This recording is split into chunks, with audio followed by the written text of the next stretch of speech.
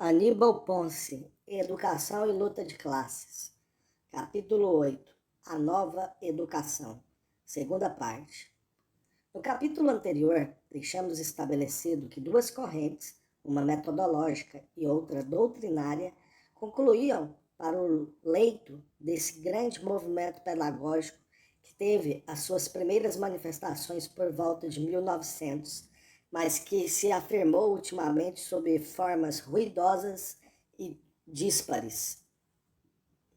A corrente metodológica, já dissemos, descansa fundamentalmente, para empregar as palavras de Cousinet, no máximo respeito, abre aspas, à atividade livre e espontânea da criança, fecha aspas. Posto que a criança deveria ser o seu próprio educador, seria necessário abrir-lhe um crédito de confiança ilimitado. Mas, se esse é o postulado fundamental, elevado à categoria de princípio, também já vimos que o respeito à personalidade da criança não deve ser entendido no sentido individualista, porque a nota dominante na nova didática consistia principalmente em substituir o trabalho escolar individual pelo trabalho coletivo.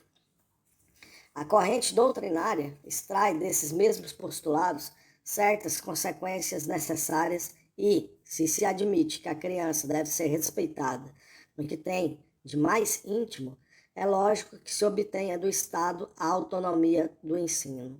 Abre aspas, quanto mais claramente se vê que o sentido da educação é autônomo, escreve Sprenger, tanto mais se estruturará a escola do Estado, não só no nível universitário, mas em todos os graus, em formas de administração que garantam a educação diante da pressão espiritual dos poderes do Estado. Fecha aspas.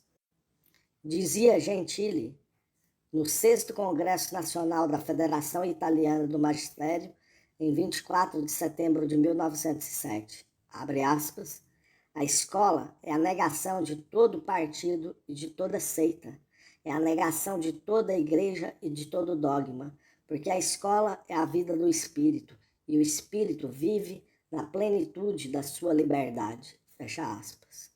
Assim como para o catolicismo, afirma Winneken, a igreja é a boca nunca emudecida da divindade, abre aspas, a escola deve ser o órgão do espírito humano mediante o qual este expressa o seu conteúdo atual, fecha aspas. Formar uma geração apta para, abre aspas, o serviço do espírito, fecha aspas, eis aí, nas palavras de Winneken, o conteúdo essencial da corrente doutrinária. Supõe esta, portanto, uma confiança absoluta na educação, como meio de transformar a sociedade.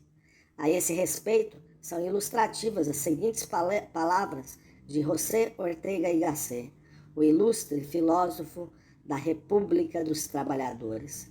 Abre aspas. Se educação é a transformação de uma realidade de acordo com certa ideia melhor que possuímos, e se a educação só pode ser de caráter social, resultará que a pedagogia é a ciência de transformar sociedades. Fecha aspas. Esta confiança na educação como alavanca da história, corrente entre os teóricos da nova educação, supõe, como já vimos na última lição, um desconhecimento absoluto da realidade social. Ligada estreitamente à estrutura econômica das classes sociais, a educação, em cada momento histórico, não pode ser outra coisa a não ser um reflexo necessário e fatal dos interesses e aspirações dessas classes.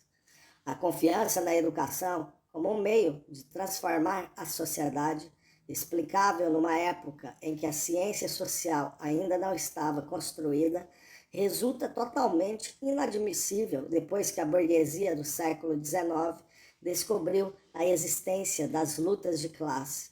E é necessário insistir nesse ponto. A descoberta da existência de uma luta de classes foi uma das contribuições mais felizes dos historiadores burgueses do primeiro terço do século XIX, Thierry Guizot e Mignet.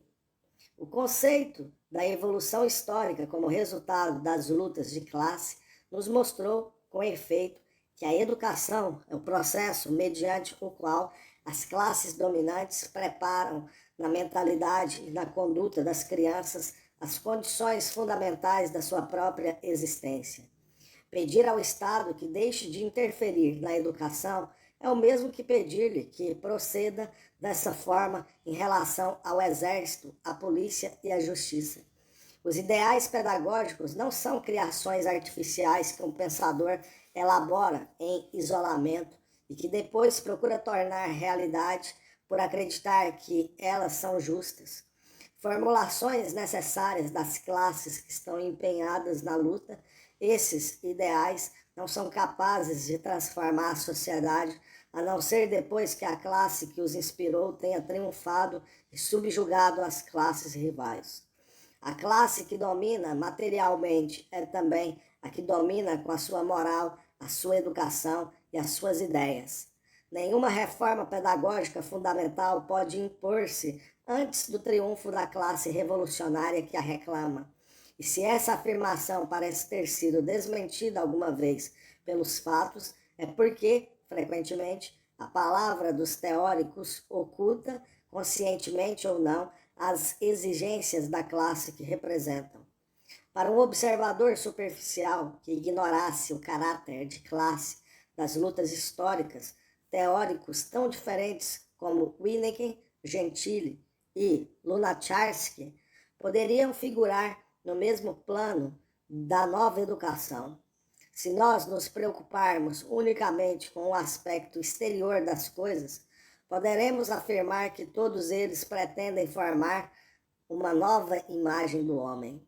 Mas, tão logo abandonamos essa proposição superficial do problema e procuramos indagar quais as classes sociais que esses teóricos representam, como mudam as coisas. Diz Gentili, abre aspas, queremos na escola o espírito humano em toda a sua plenitude, em toda a sua realidade, fecha aspas. Abre aspas, esse espírito que forma, por assim dizer, a verdadeira humanidade do homem, fecha aspas. Não há dúvida de que essas afirmações não são muito claras, mas logo mais esse espírito começa a precisar-se, abre aspas. Os estudos secundários, dizem alguns, devem ser democráticos, como se disséssemos lançar milho aos porcos.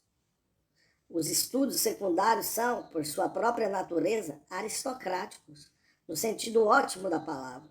Estudos para poucos, para os melhores, porque preparam para uma formação desinteressada, a qual não podem corresponder senão aqueles poucos que estão destinados, de fato, pela sua capacidade ou pela sua situação familiar, ao culto dos mais altos ideais humanos. Fecha aspas. E como se essa afirmação não bastasse, logo mais adiante, Gentili nos diz qual é o homem que é necessário formar em toda a sua plenitude. Abre aspas, o homem não é o animal bípede e implume que sempre vemos, nem chega a converter-se em homem quando se transforma no autônomo que, introduzido em determinada engrenagem hierárquica e social, cumpre mais ou menos mecanicamente a sua missão, como que para assegurar a ele e aos seus filhos uma vida opaca. A este animal não importará jamais o destino de Prometeu ou o destino do homem. Para ele, nem o grego, nem a filosofia servirão para algo. Para ele, nenhuma delicadeza do espírito perturbará a humanidade que eu quero falar.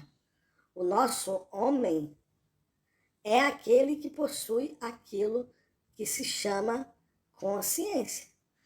Trata-se do homem, digamos claramente, das classes dirigentes, sem o qual nem ao menos poderia existir o outro homem, o da boa digestão, porque até as boas digestões necessitam do apoio da sociedade, e não podemos concebê-la sem classes dirigentes, seus homens que pensem por si e pelos outros.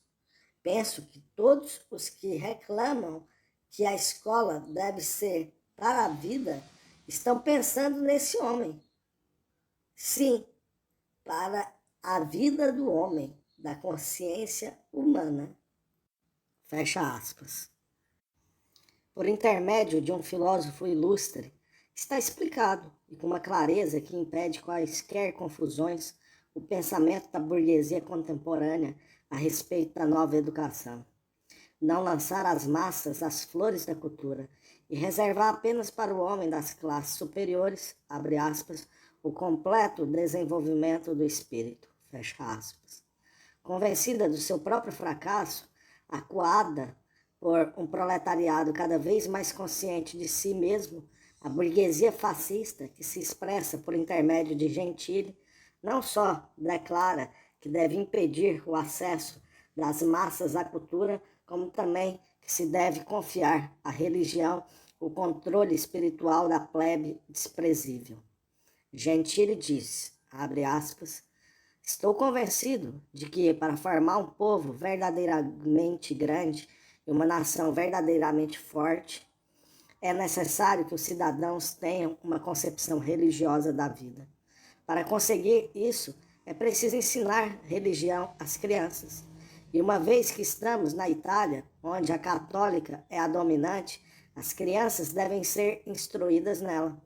Mais tarde, quando já forem homens, eles tratarão por si mesmos, por meio da crítica e do pensamento, de superar essa fase pueril do ensino religioso. Mas este é necessário, fecha aspas. Observe o leitor, de passagem, o escasso fervor do reformador. Gentile sabe que a religião católica que ele mesmo introduz nas escolas italianas é uma forma de pensamento subalterno, mas exige que as massas que passam pelas escolas e que adquirirão nelas toda a sua cultura permaneçam durante toda a sua vida impregnadas por essas mesmas concepções que o filósofo despreza. Para a burguesia que Gentile interpreta, a plebe não merece muito mais. O educador intimamente vinculado ao ex-ministro, a ponto de ter sido um seu colaborador eminente na reforma de 1923, Giuseppe Lombardo Radice, nos conta, na sua vida nas escolas populares, qual era o povo ideal que essas escolas religiosas pretendiam formar. Abre aspas, eu desejo um povo gentil, meditativo, capaz de escutar o canto dos seus poetas e o concerto dos seus músicos, de encantar-se diante de um quadro, de um museu ou de uma igreja. Não quero o povo torpe da taberna, mas um povo que saiba ornar-se com respeito a si mesmo e aos outros, ainda que seja pobremente, que não cuspa em qualquer lugar, que não destrua as plantas, que não persiga os pássaros, que não discuta demasiado, que não bata em sua mulher e em seus filhos. Fecha aspas. Um povo manso e resignado, respeitoso e discreto, um povo para quem os patrões sempre tenham razão, como não haveria ele de ser o ideal de uma burguesia que só aspira a resolver a sua própria crise, descarregando todo o peso sobre os ombros das massas oprimidas?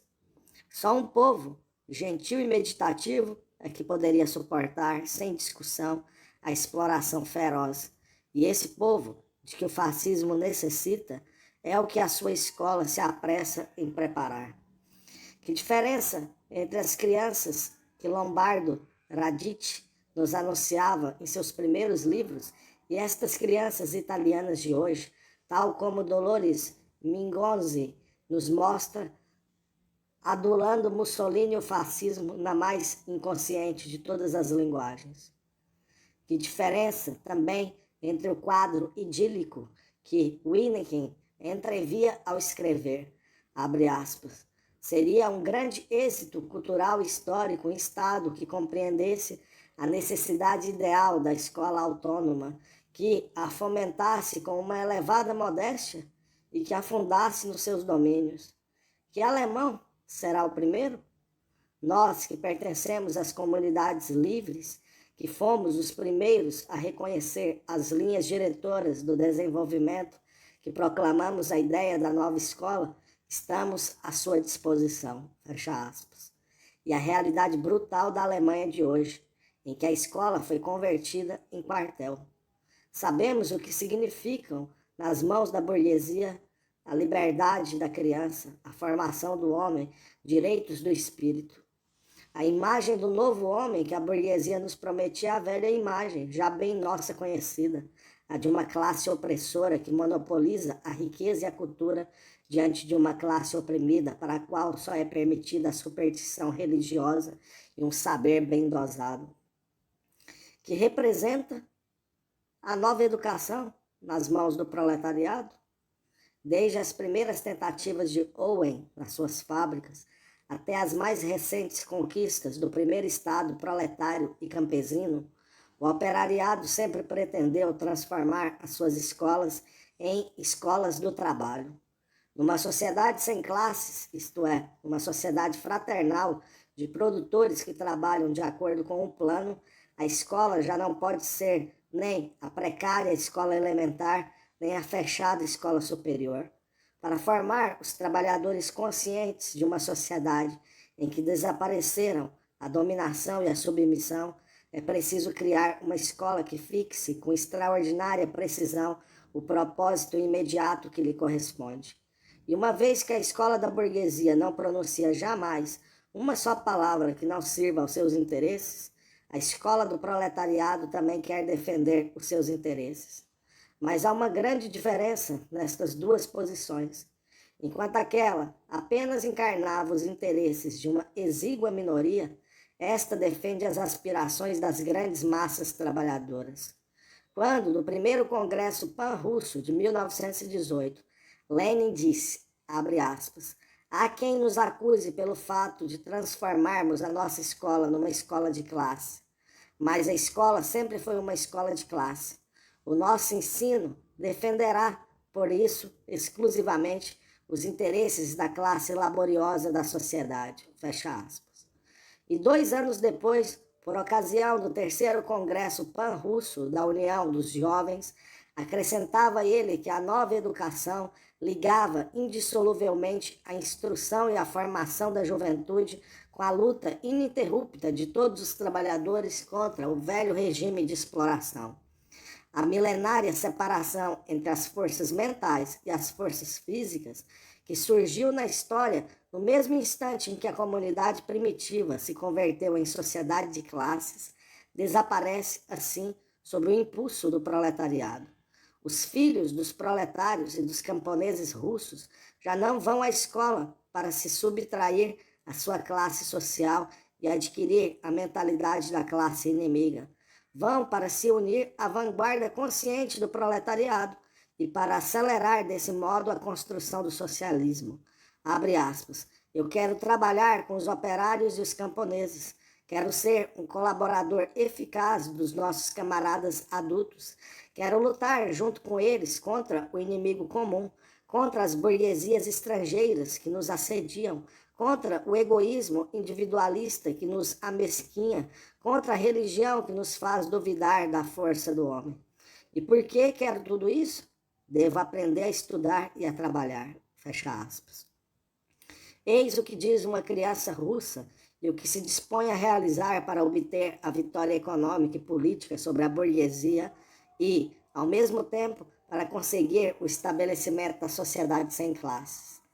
Desde a escola do primeiro grau até a academia de ciências, só há na Rússia essa mesma aspiração tenaz, aperfeiçoar as técnicas do trabalho coletivo para assegurar a todos os homens que trabalham uma vida digna, liberta, culta. Não há nenhum obstáculo que impeça as massas a conquista da cultura, nenhum saber que seja monopolizado por um grupo em detrimento dos demais. Sem que o operário abandone a sua oficina ou kolkhoz, um admirável sistema de ensino eleva-o a um tão alto nível cultural que pode passar quantas vezes seja necessário do banco de trabalho às aulas da universidade. Mas, ao mesmo tempo, não há nenhum saber que se compraza na solidão, ou que volva desdenhoso às costas à vida. O investigador mais puro, para empregarmos os termos burgueses, não se considera como um ser sobrenatural, colocado tão acima da turba que não chegam até ele os ruídos das fábricas. Ele também se considera um trabalhador da edificação socialista e não ignora por isso que a sua ciência e a sua cultura não diminuem, mas se engrandecem quando escutam os apelos do trabalho. O ambiente das fábricas que o capitalismo converte numa fonte pestilenta de depravação e de servidão, transformou-se sob o controle do poder operário numa magnífica fonte de desenvolvimento humano. Mas se a fábrica adquiriu a dignidade e o ritmo da escola, esta, por sua vez, interpretou de tal modo a vida da coletividade que a teoria aviva a cada instante a marcha da prática e a prática se ilumina sem cessar com a teoria. Um professor da Universidade de Besançon, Jean Trillat, a quem o ministro da Instrução Pública da França confiou a missão de estudar a organização e os princípios do ensino soviético, expôs com bastante clareza no seu informe esse caráter fundamental da autêntica escola proletária. Abre aspas, as organizações de cada fábrica mantêm com as escolas uma espécie de contrato de solidariedade e de ajuda mútua. A fábrica se compromete a ajudar a escola na organização do trabalho escolar e no ensino técnico ministrado aos alunos. Admite os alunos das séries mais elevadas em suas próprias oficinas, sob a vigilância de engenheiros e operários qualificados. Põe à disposição dos professores os seus conhecimentos relativos à produção. Os operários da fábrica fazem parte do conselho da escola, contribuem para educar a nova geração no espírito proletário, participam do trabalho das organizações escolares. Além disso, a fábrica contribui ainda com auxílio material, criando e equipando as oficinas escolares e enviando operários capazes de ensinar rudimentos de trabalho para tomar conta dessas oficinas. Por seu lado, a escola assume o compromisso de liquidar definitivamente com o analfabetismo e a falta de cultura dos operários adultos. E graças aos esforços dos seus professores e alunos, organiza conferências e palestras e ministra cursos noturnos. Os escolares também prestam a sua colaboração nos trabalhos de documentação, na organização de clubes, na redação do jornal Mural, na luta contra o alcoolismo. Mas a escola não se limita apenas a isso. Ativa também a propaganda a favor do plano quinquenal, denuncia os preguiçosos e os sabotadores, organiza campanhas a favor da boa conservação do material e das máquinas.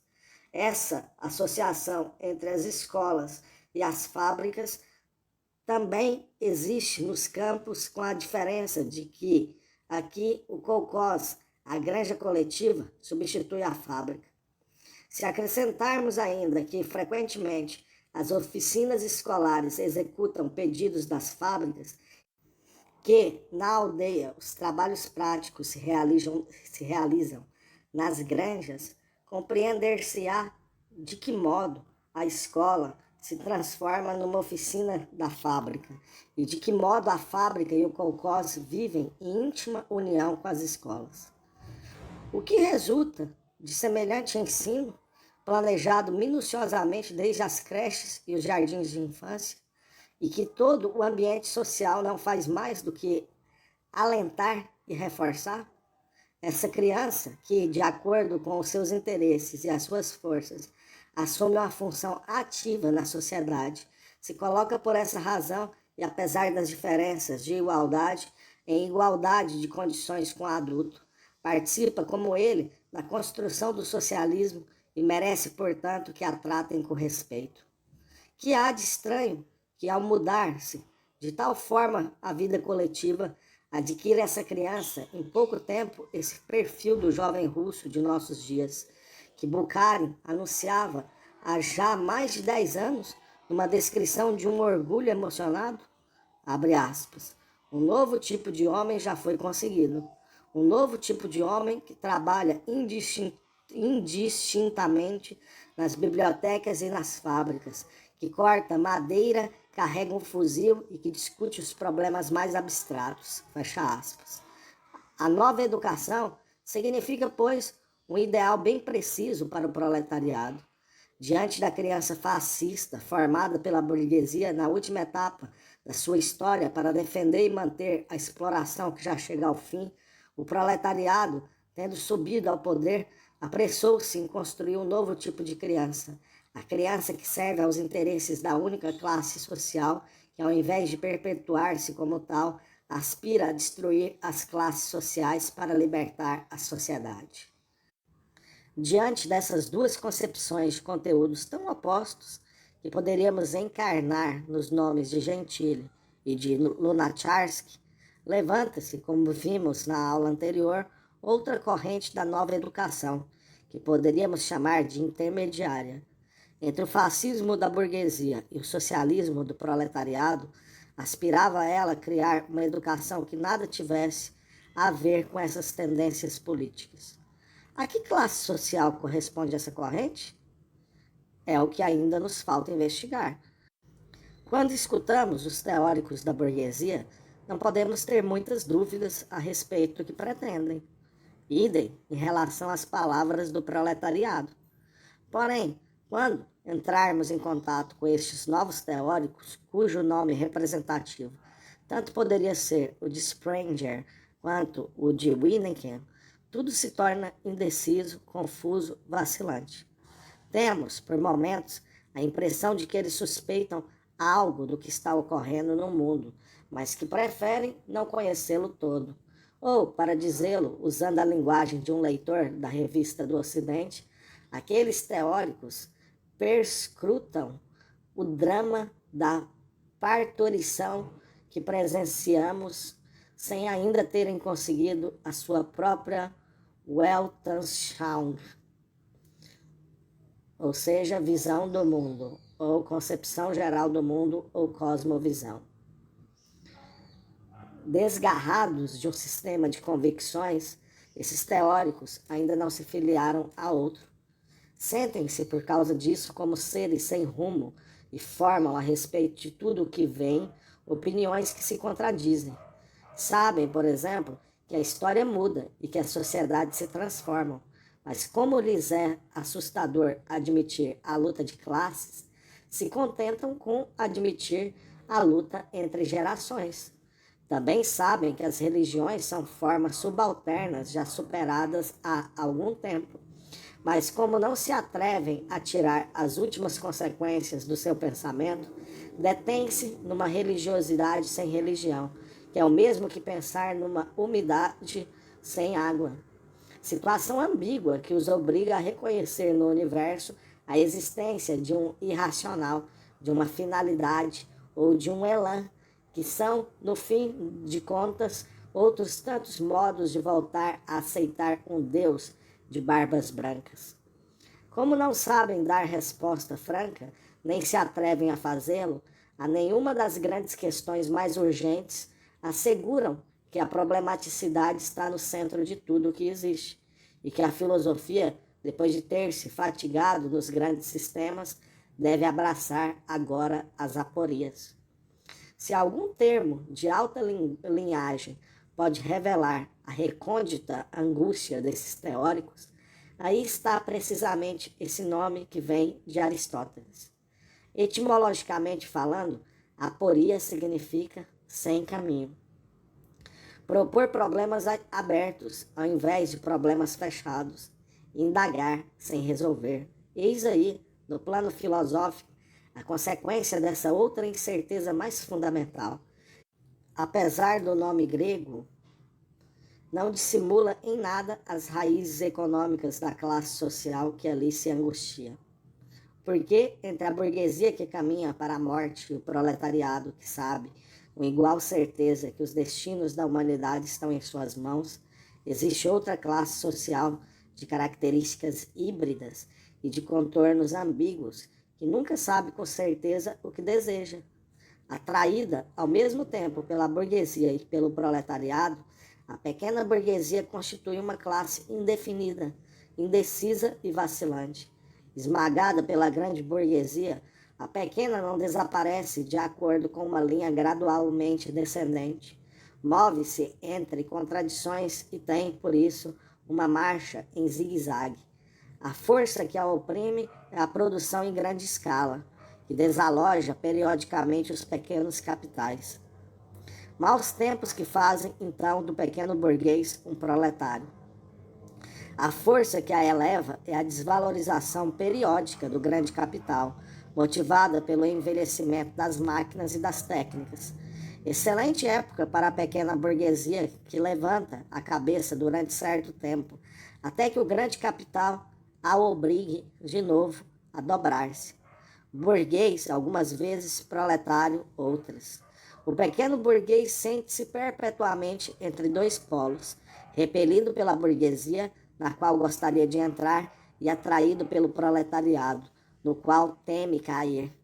Aberto às inovações, mas desejoso de implantá-las ponderadamente, o pequeno burguês não consegue compreender que a educação não é um fenômeno acidental dentro de uma sociedade de classes e que, para renová-la de verdade, é necessário nada menos do que transformar desde a base o sistema econômico que a sustenta. Tal perspectiva o horroriza e não pode entrar nos seus planos para nada, mas, como não é surdo às vozes do seu tempo, prefere acreditar que, dentro do capitalismo, se chegará, mediante retoques paulatinos, a transformar a sociedade. Algumas vezes, certas conquistas aparentes lhe dão uma sombra de razão. Temos de reconhecer que, em determinadas circunstâncias, a burguesia se vê obrigada a concessões oportunas para afastar algumas ameaças. Mas essas retiradas prudentes, que não comprometem jamais os seus interesses vitais, se transformam em ofensivas instantâneas todas as vezes em que a burguesia se sente realmente ameaçada. Portanto, acreditar que se possa reformar a sociedade mediante pequenos retoques na educação não só é uma esperança absurda, como constitui um perigo social, uma utopia que, no fim de contas, resulta reacionária, porque acalma ou enfraquece as inquietações e os protestos, com a ilusão de que o novo homem nascerá no dia em que o Estado autolimite os seus poderes, no dia em que o Estado renuncie voluntariamente a qualquer interferência no campo educativo. Ao pretender que a escola paire intocável acima das classes sociais, a pequena burguesia entrega, de fato, as mais obscuras forças do passado. Sinais bem eloquentes já estão revelando a tendência que a empurra para a direita. O discurso em que Kirchensteiner anunciou a escola do futuro não foi pronunciado em Zurique, na igreja de São Pedro? A escola ativa, de que tanto bem fala Alfredo Ferrier, não ensina também a vermos na polícia e no exército os guardiões da sociedade e os protetores da família? Galdig, o autor de A Escola a Serviço da Personalidade em Desenvolvimento, não afirma que para essa personalidade se realizar é necessário que a escola esteja de acordo com o Estado unificador e com a igreja moralizadora?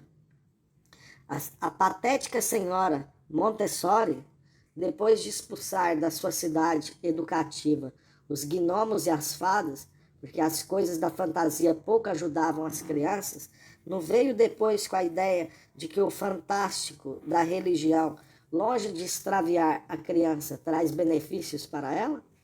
E William Boyd, o piedoso William Boyd, para quem os programas escolares devem sempre ser planejados em termos de universo, não nos disse, na quinta conferência de Eltmore, que esse universo dentro do qual a criança pode realizar-se supõe-se o, abre aspas, viver na cooperação como membros do reino de Deus, o viver para realidades invisíveis, fecha aspas.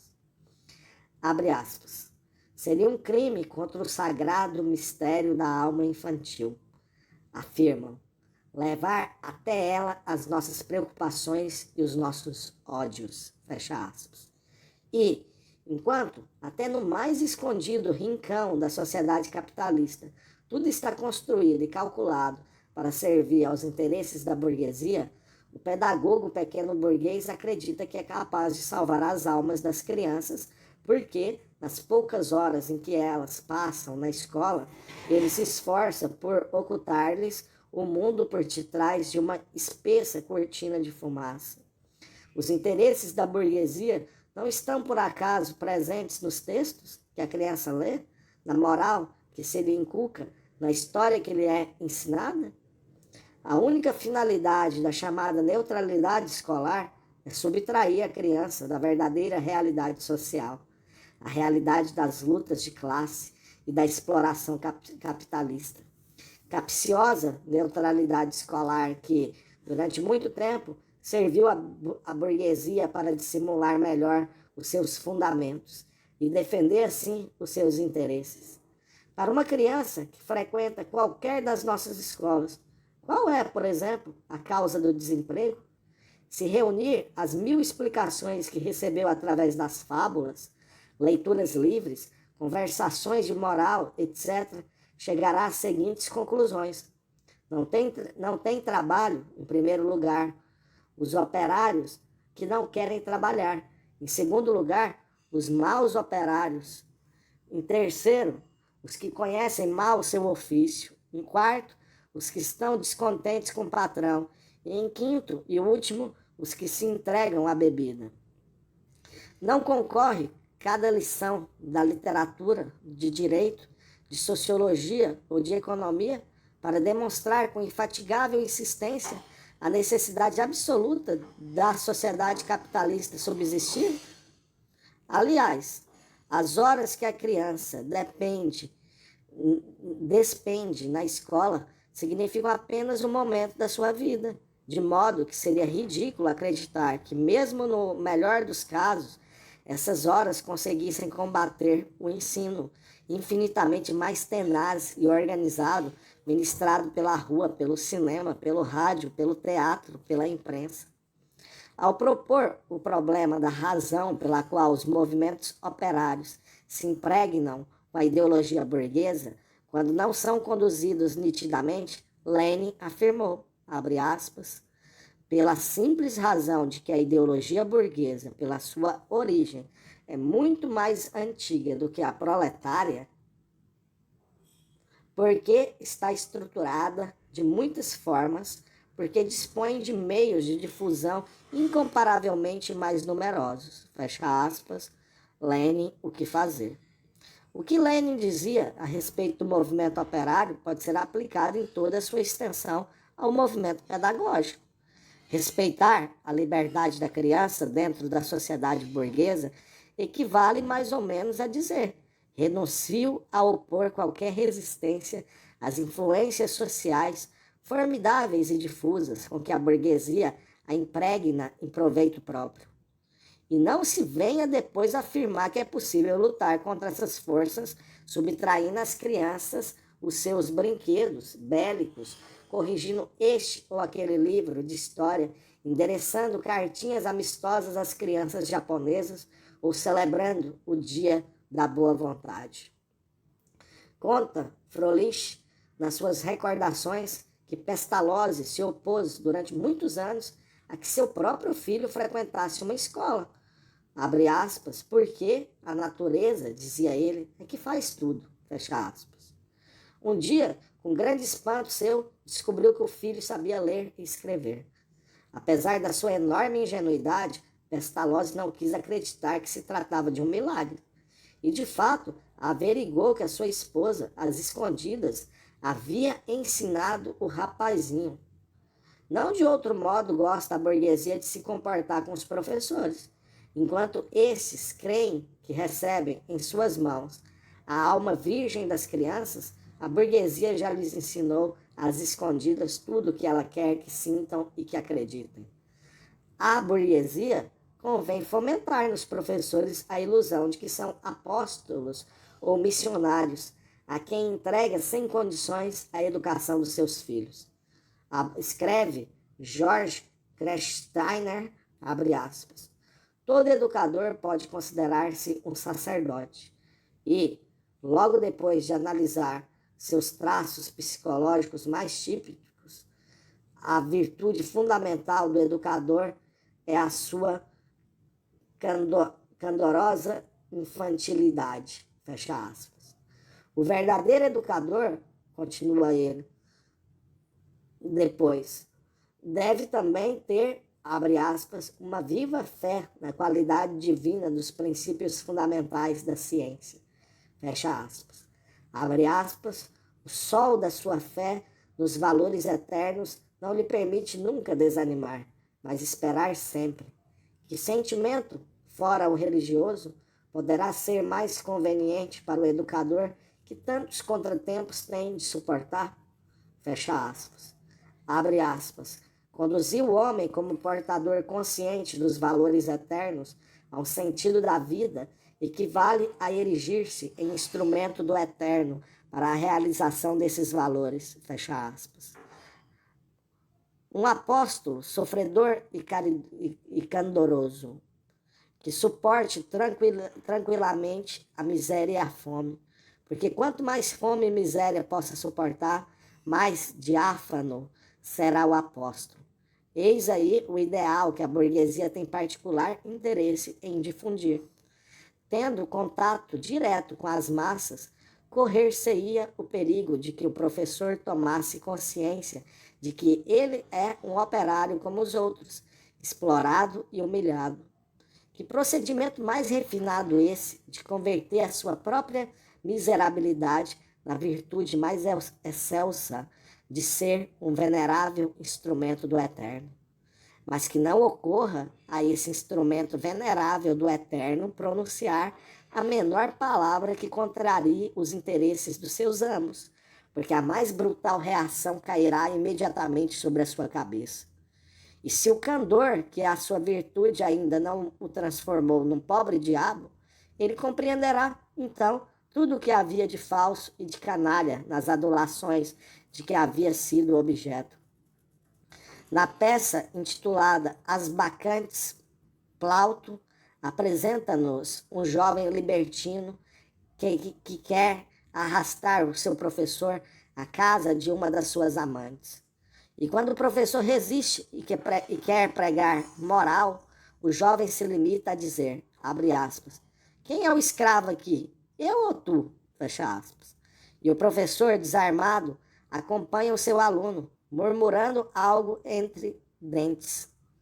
Palavras rudes essas, de uma rudeza sangrenta, mas que nem mesmo os professores mais insígnes deixaram de escutar, desde Aristóteles, que as ouviu de Alexandre, até Fénelon, que as ouviu do Duque de Borgonha, e os professores de hoje, que as escutam dos seus respectivos ministros da educação.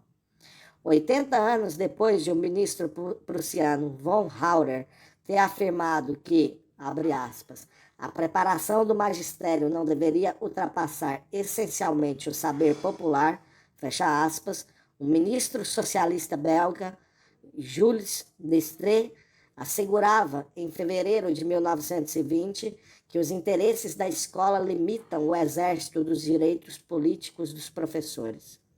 E como se este texto não fosse suficientemente claro, o ministro liberal Vautier, em 7 de fevereiro de 1928, não só recordava e aprovava as citadas palavras do seu colega socialista, como acrescentava este parágrafo de lógica não muito impecável, mas de intenção muito clara, abre aspas, a sociedade moderna não conhece o delito de opinião, e eu atentaria contra a consciência humana se negasse aos funcionários públicos o direito de aderir, no seu foro íntimo, ou de expressar privadamente a sua adesão intelectual a concepções sociais ou a formas políticas que eu mesmo repilo.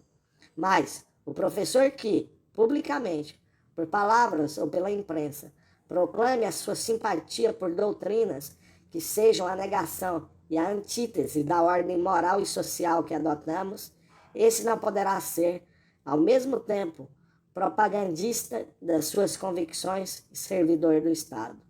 Esse terá que escolher, fecha aspas. Desapareceu o sacerdote e o apóstolo de candor quase infantil. Se o instrumento do eterno não se conduzir dentro da escola e fora dela, exatamente como o quer a burguesia, já sabe o que tem que escolher. O Anti-Sedition Bill, Lei contra a Sedição, aprovado em junho de 1922 pelo governador do estado de Nova York, obrigava os professores de qualquer categoria ou de qualquer escola a obter um certificado do comissário da educação que o declarasse leal ao governo estadual e ao governo dos Estados Unidos. E para fazer jus a esse certificado, era necessário que o professor nunca tivesse defendido, de alguma forma, uma mudança na forma de governo do país. Quando estudamos a educação em Roma, vemos que Eumenes elogiava o zelo com que o imperador escolhia os professores, abre aspas, como se tratasse de escolher o chefe de um esquadrão de cavalaria ou de uma corte pretoriana, fecha aspas. A comparação não perdeu nada de sua terrível exatidão, apesar do decorrer dos séculos. Enquanto a sociedade dividida em classes não desaparecer, a escola continuará sendo uma simples engrenagem dentro do sistema geral de exploração, e o corpo de mestres e de professores continuará sendo um regimento que, como os outros, defende os interesses do Estado. Mais franco do que todos os seus predecessores, o tirano argentino Juan Manuel Rosas deixou bem esclarecidas as relações efetivas que existem entre o Estado e a escola. Quando, em 1842, começou a oposição contra a tirania, o senhor restaurador pensou ver nas poucas escolas que havia autorizado a funcionar focos de agitação e de rebeldia. Então, com um gesto digno dele, nomeou como diretor do ensino primário nada menos do que o seu chefe de polícia. O chefe de polícia como diretor do ensino primário, vale a pena não nos esquecermos desse episódio. Aníbal Ponce, Educação e Luta de Classe.